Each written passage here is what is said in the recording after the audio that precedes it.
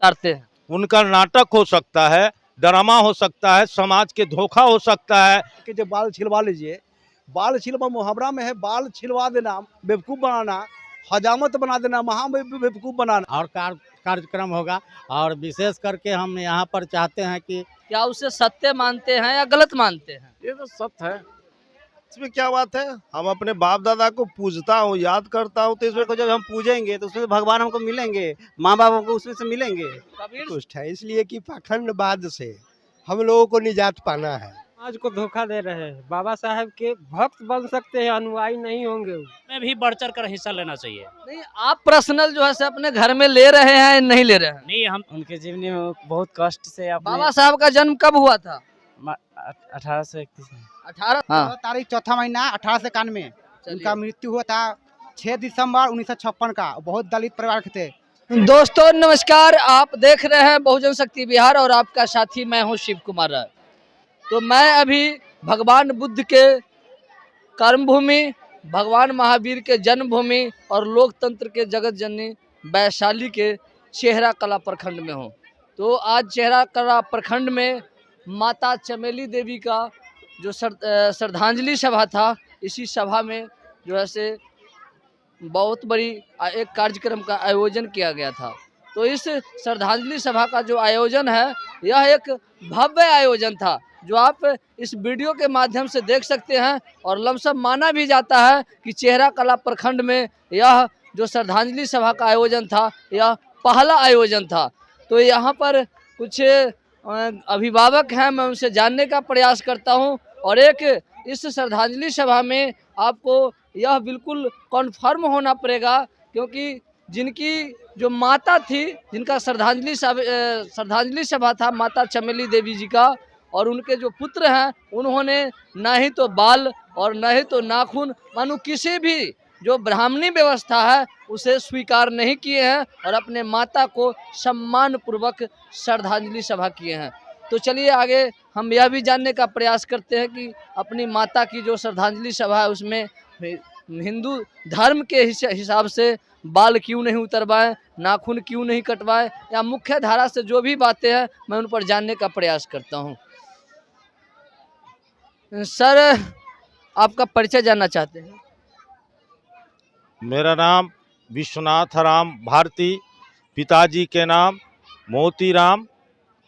Sir, आज जो आपके माता जी का श्रद्धांजलि सभा था, तो आप बाल नहीं उतरवाए हैं सर से, और आपके परिवार में कोई भी नहीं उतरवाए हैं। आखिर क्यों नहीं बाल उतरवाए हैं?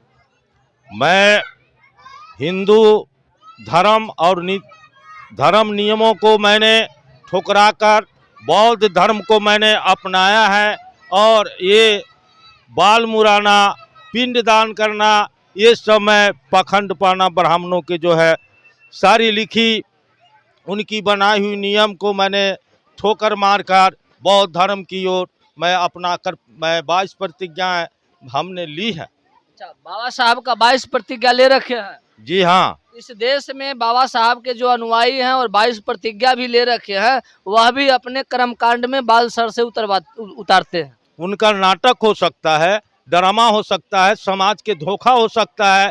मैं बोलना नहीं चाहता, मैं करके दिखाना चाहता हूं, जो आप सभी लोगों की सामने मैंने दिखा रहे हैं। अच्छा, ये आपको कैसे जानकारी मिला कि हाँ सर से बाल उतारना यह जो है से एक पाखंडवाद है, अंधविश्वास है? मैं ये बालपन से अभी जो है 70-72 की उम्र में मैं बीत चुका हूँ। मैं अपनी अनुभव की बात करता हूँ कि समाज में कुपथ मार्ग पर चलने वाला दुराचारी व्यक्ति को बाल मुराना, टीका कराना और गधे पर घुमाना था। घुमाकर लोग अपमान करते थे कि यह बेविचार लोग कि मैं सत्य पथ पर चला हूँ। ये संसार में लाने वाली हमारे जन्मदाता मेरी माता जी, ऐसे भगवान को मैं उनका नियम विधि से नहीं किया, सेवा सत्कार किया है। यही मेरी माँ ही सब कुछ भगवान है। भगवान कोई ईश्वर इससे बड़ा हो नहीं सकता। ये जो यहाँ पर जो काली है, दुर्गे हैं, 56 करोड़ जो देवी देवता है, वो क्या है? वो मेरे पूर्वज को ठगेरा है, हत्यारा है, लुटेरा है। कैसे लुटेरा कहते हैं आप? जिसने मनुवादी विचारधारा के लोगों ने तरह तरह की भगवान, तरह तरह की स्वतः आदमी भगवान ईश्वर को कोई आदमी बना सकता? जो ईश्वर ने सारे जहां को बनाया, सारे चीज को निर्माण किया है, उनको कौन बना सकता है? वो न जन्म लेते हैं, न मरते हैं, न किसी का बाप है, न किसी का पुत्र है, सारे जहां के वो पिता हैं। आप जो कह रहे हैं 130 करोड़ इस देश में जो हिंदू हैं वह बेवकूफ है जो उनको मानते हैं। वो मानने वाले जो मान रहे हैं, लेकिन मैं अपनी अंतरात्मा से मैं मान नहीं रहा हूं, और इस पद को मैंने, इस धर्म को त्याग कर मैं चला हूं आगे। मुझे आगे की ओर देखना है। शायरी ने कहा कि ये दैर इधर उधर मत झांक, अपनी गाड़ी अपनी आंख, मुझे अपने को मैं चल रहा है। साथी तो अनेक पीछे आ ही जाएंगे, मुझे विजय के पताका जब तक नहीं फहराएंगे, जब तक चुनौतीपूर्ण कार्य जितनी भी करना हो, लेकिन मुझे फूल जैसे लगेगा, मैं आगे बढ़ता रहूंगा। चलिए, आपसे मिलकर बहुत खुशी हुई। सर, आपका परिचय जानना चाहते हैं? मैं नरेश कुमार दीपक। जी, आज यहाँ पर जो श्रद्धांजलि सभा का आयोजन किया गया है वह आपको कैसा लगा? मुझे बहुत अच्छा लगा, और एक कार्यक्रम समाज में होना चाहिए।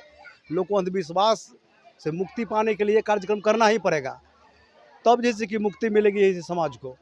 क्योंकि ब्राह्मणों के द्वारा बहुत सारे चीज़ों ठगैती बताया गया, जो बताया गया कि जब बाल छिलवा लीजिए, बाल छिलवा मुहावरा में है, बाल छिलवा देना बेवकूफ़ बनाना, हजामत बना देना महा बेवकूफ़ बनाना। तो बाल छिलवा देते हैं तो टीकी फिर क्यों रखते हैं? उसमें छूत नहीं है क्या? उसमें भी छूत है। वो मन्नत होते हैं देवी देवता के, इसलिए अछूत नहीं होते हैं। अरे देवी देवता कोई होते नहीं हैं, देवी देवता कोई है ही नहीं। आज तक न कोई उसका रेखा है, न कोई देखा है। देवी देवता का जो ब्राह्मण जो मूर्तिकार हैं, वो जैसे कुछ भगवान के बाप है, वही जो बनाते हैं, तरह तरह की मूर्ति बनाया। अगर साव जी के बेचते हैं, लक्ष्मी भी बेचते हैं, और वो लक्ष्मी जब धन दौलत ही देता तो उसको लोग बेचता क्यों? लेकिन वहाँ से बाजार में बिक रहा है। तो क्या आप आज जो कार्यक्रम हुआ है उससे आप क्या संदेश देना चाहते हैं? हम इससे बिल्कुल सहमत हैं। ऐसा कार्यक्रम जैसे कि प्रत्येक महीना हो, जो लोग हमारे जो जागरूक हो लोग, और ये अंधविश्वास से कम अंधविश्वास को छोड़े। चलिए, बहुत बहुत धन्यवाद। सर, आपका परिचय? मेरा नाम राम बाबू राम, ग्राम पोस्ट चेरा कला, थाना गुरौल, जिला वैशाली। मेरी माँ के ये श्राद्ध कार्यक्रम था, लेकिन आज आपकी माँ की ही है, दिवंगत जो माता चमेली देवी है वो आपकी माँ है। चलिए, तो आज जो आप अपना सर से बाल नहीं उतरवाए हैं, ये आपके समाज के लोग आपको भात काट देंगे। नहीं, ऐसा तो नहीं होगा। पहली बार मैं ऐसा नहीं किया हूँ। इसके पहले 2 लड़का के शादी मैं वाम सेव के माध्यम से ही किया, और एक लड़की के शादी। अच्छा, 2 कार्यक्रम आप कर चुके हैं यहाँ पर, ये तीसरी बार है? तीसरी बार है। तो आगे इस समाज में क्या संदेश देना चाहते हैं? इस तरह का कार्यक्रम और होगा या यही इतना ही पर रुक जाएगा? अभी हमको तो नहीं लगता है कि इतना पर रुकेगा, और कार्यक्रम होगा। और विशेष करके हम यहाँ पर चाहते हैं कि बुद्ध के विचार से ही कार्यक्रम हो, उनके विचार को मानने वाला लोग ही हो। चलिए, आपसे मिलकर बहुत खुशी हुई, बहुत बहुत धन्यवाद। सर, आपका परिचय जानना चाहते हैं? बोलिए ना सर, कोई आपत्ति नहीं है। आपका परिचय जानना चाहते हैं? मेरा नाम इससे गोपाल नाम हुआ। सर, आज जो आपके गांव में जो इस तरह का सांस्कृतिक मंच लगाकर जो कार्यक्रम किया गया है, इससे आप क्या संतुष्ट हैं या नहीं हैं? संतुष्ट तो हूँ, तीसरा बार है ऐसे देख रहे हैं, हमको अच्छा लगा। और कहीं भी कार्यक्रम होता है वहाँ हम जाते हैं, है ना। विशेष हम तो ज़्यादा बात नहीं करेंगे, तो बता सकते हैं, लेकिन धीरे धीरे समाज आगे बढ़ रहा है, देख रहा है। यहाँ भी 3 बार कार्यक्रम हुआ था, इसमें अभी शामिल थे, है ना, और हो ही रहा है। नहीं, यहाँ पर बहुत सारे वक्ता आए हैं, मंच लगाकर बहुत सारी जो है से अपना वक्तव्य दिए हैं। क्या उसे सत्य मानते हैं या गलत मानते हैं? ये तो सत्य है। सत्य है तो फिर आगे आप अपने समाज में क्या संदेश देना चाहते हैं? समाज में संदेश इसी पर मैंने अनुकरण कीजिए, बाबा साहब के राह जो दिखाए हैं उनका सपना पूरा कीजिए, यही तो है हम लोगों का विचार। चलिए, आपसे मिलकर बहुत खुशी हुई। सर, अपना परिचय। मेरा नाम रामेश्वर प्रसाद है, भारतीय मूल निवासी सांस्कृतिक मंच वैशाली के मैं जिला अध्यक्ष हूँ। सर, एक सवाल है मेरा, आप लोग जो इस तरह मंच लगाकर कार्यक्रम करते हैं, क्या आप लोगों को डर नहीं लगता है? डर की इसमें क्या बात है, हम अपने बाप दादा को पूजता हूँ, याद करता हूँ, तो इसमें डर की क्या बात है। मैं किसी को गाली तो नहीं दे रहा हूँ। क्या अपने बाप दादा को, अपने माँ बाप को पूजना गलत है? इसमें डर की क्या बात है? सर, आप गाली तो नहीं दे रहे हैं, मगर किसी की रोजी रोटी पर जो है से आप हमला बोल रहे हैं। गाली से ज्यादा खतरनाक किसी की रोजी रोटी है। भैया, मैं तो किसी की रोजी रोटी को मैं मार नहीं रहा हूँ। आज हम ठगाते जाऊँ, ठग के हमसे ठग के आप कमा लीजिए, तो ये रोजी रोटी हुआ। सतर्क हो गया, अपने बाप दादा को पूज रहा हूँ, तो मैं किसी की रोजी रोटी को मार रहा हूँ? वाह, ये कैसा इंसाफ है भाई। अब किसी का रोजी रोटी चलेगा तभी तो उसका परिवार चलेगा। अरे भैया, रोजी रोटी चले, मैं कहाँ उसको बद्दुआ देता हूँ, उसकी भी रोटी चले, लेकिन हम जो उस व्यवस्था में फंसे हुए, झूठ मूठ, दकिया नीचू विचार, आडंबर, हम तो इससे निकलना न चाहते हैं। हम अपने बाप दादा, जो हमारे पूर्वज है बाप दादा, उसको मैं शान से याद कर रहा हूँ, उसके बताए हुए रास्ते पर चल रहा हूँ। ना मैं किसी का विरोध कर रहा हूँ, ना मैं किसी का गाली दे रहा हूँ, ना मैं किसी को चाहता हूँ कि उसकी रोजी रोटी छीने, ये भी मैं नहीं चाहता हूँ।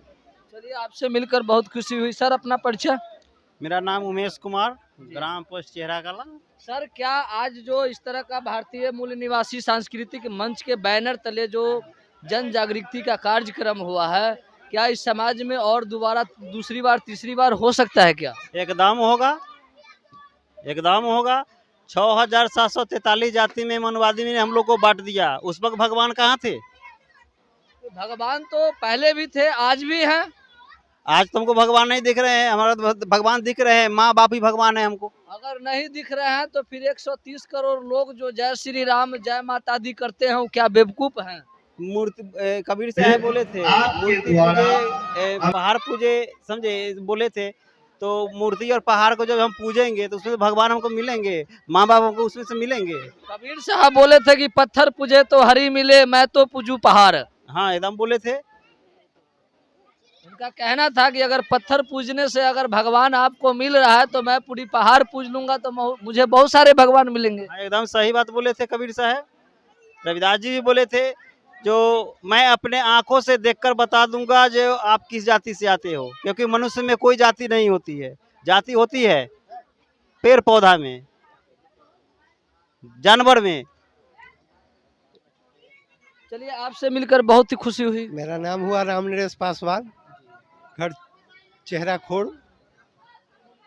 सर, आज जो यहाँ पर भारतीय मूल निवासी सांस्कृतिक मंच के बैनर तले जो आज जन जागृति हो रहा है, बहुजन समाज के जितने भी नायक हैं उनकी विचारधारा को बताया जा रहा है हर जनमानस तक, क्या यह कार्यक्रम से आप लोग कितना जो है से संतुष्ट हैं?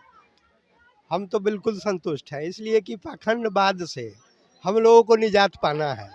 ये तो सच्ची श्रद्धांजलि है जो हर किसी अपने माता पिता को माने पूजनीय के रूप में श्रद्धांजलि लोग करते हैं। पाखंडवाद में क्या है कि पिंडदान करते हैं, उसको लोग देखता नहीं है। लेकिन ये तो अमर कहानी बनेगी जो दिवंगत चमेली देवी जिनका श्रद्धांजलि आज हुई है, ऐसे कार्यक्रम में बुद्धिजीवी लोग आते हैं।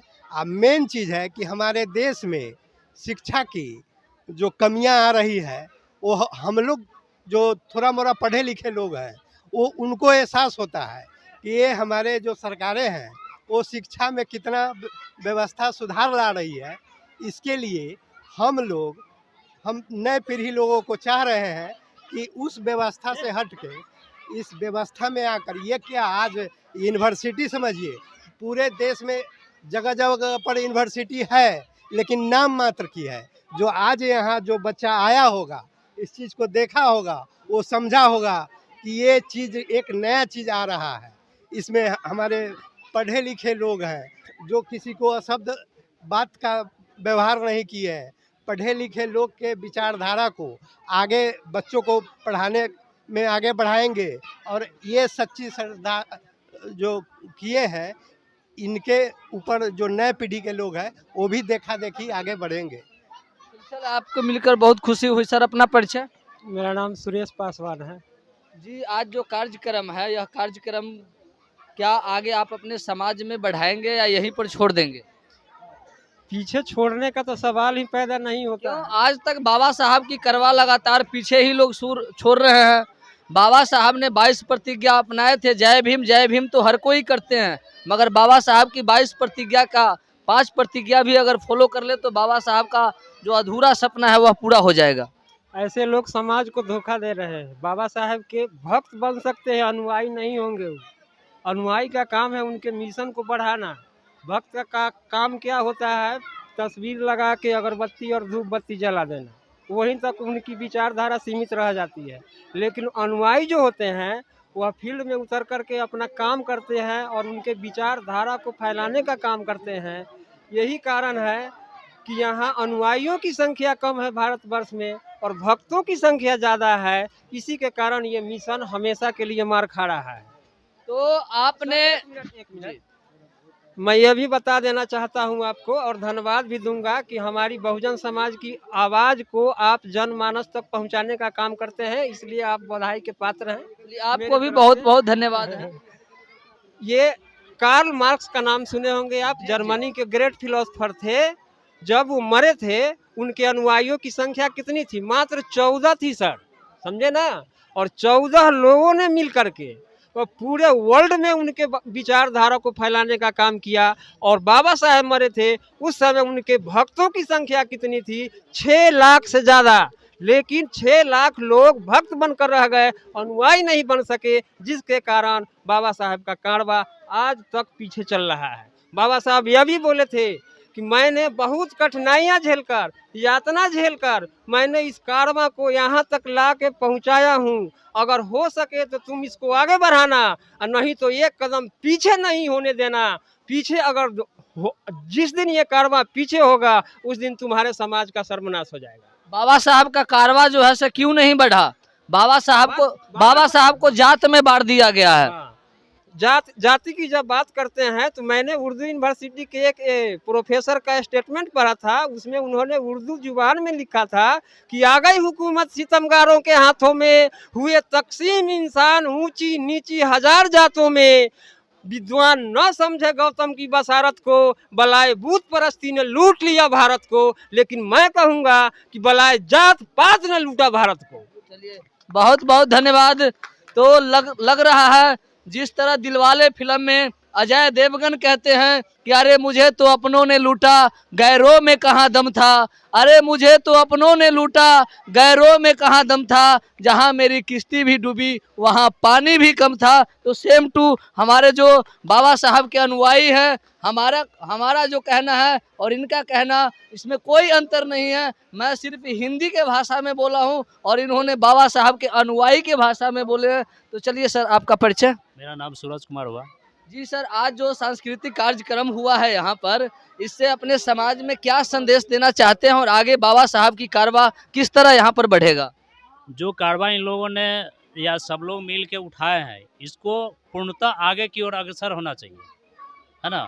और ये कहने का मेरा मतलब है जे इसी चीज़ को माने श्रद्धांजलि सभा में नहीं, आगे जो इनका शादी विवाह हो उसमें भी बढ़ चढ़ कर हिस्सा लेना चाहिए। नहीं, आप पर्सनल जो है से अपने घर में ले रहे हैं नहीं ले रहे हैं? नहीं, हम तो सबसे पहले हम अपनी बहन का शादी किए थे और 7 साल पहले वो बौद्ध धर्म से ही किए थे और वही हाजीपुर समुदाय भवन में। और आप हमारे यहाँ गए भी होंगे, एक पटेढ़ा छोटा सा गांव है। जी जी मैं गया हूँ, सूरज जी के यहाँ गया हूँ। जी मैं वहीं से बिलोंग करता हूँ और हमारे यहाँ ये सब कहने की हम लोग पहले से ही सब कुछ कर चुके हैं। चलिए आपसे आज जो आप देखे हैं यह कुछ ज़्यादा नहीं है, मगर जितने भी महापुरुष हैं उनकी दी हुई जो है वह चिनगारी मिला है। तो इस पर मेरा कहना है कि हर जलते हुए दीप तले अंधेरा होता है, हर रात के पीछे सवेरा होता है। हर जलते हुए दीप तले अंधेरा होता है, हर रात के पीछे सवेरा होता है, लोग डर जाते हैं मुसीबत को देखकर, हर मुसीबत के पीछे सुख का सवेरा होता है, हर मुसीबत के पीछे सुख का सवेरा होता है। तो चलिए यहाँ पर कुछ बच्चों लोग भी हैं, मैं उनसे जानने का प्रयास करता हूँ। क्या नाम है बाबू? अविनाश कुमार। अविनाश कुमार जी। पढ़ते हैं आप? Yes sir. किस क्लास में? 9th में। बाबा साहब को जानते हैं आप? हाँ। उनके बारे में आप जो है से क्या जानते हैं, उनकी जीवनी के बारे में 5 लाइन बताइए। उनके जीवनी में बहुत कष्ट से आपने बाबा साहब का जन्म कब हुआ था? 1831 में। 1831 में। कितने तारीख को? आई नहीं आप बताइए ना। बताइए ना, बताइए। 14 अप्रैल। बताते हैं। हाँ। तारीख 4था महीना 1891 उनका मृत्यु हुआ था। 6 दिसंबर 1956 का। बहुत दलित परिवार के थे। अगर बाबा साहब अगर नहीं होते तो आज हम धरती पर नहीं होते। नहीं बाबा साहब को आप दलित परिवार के कहते हैं क्यों? सोशल मीडिया से ये समाज जो है ओबीसी SC ST माइनॉरिटी के जो लोग हैं कहीं न कहीं बाबा साहब के विचारधारा को जानते हैं। तो बने रहिए मेरे साथ और देखते रहिए बहुजन शक्ति बिहार। जय भारत, जय संविधान।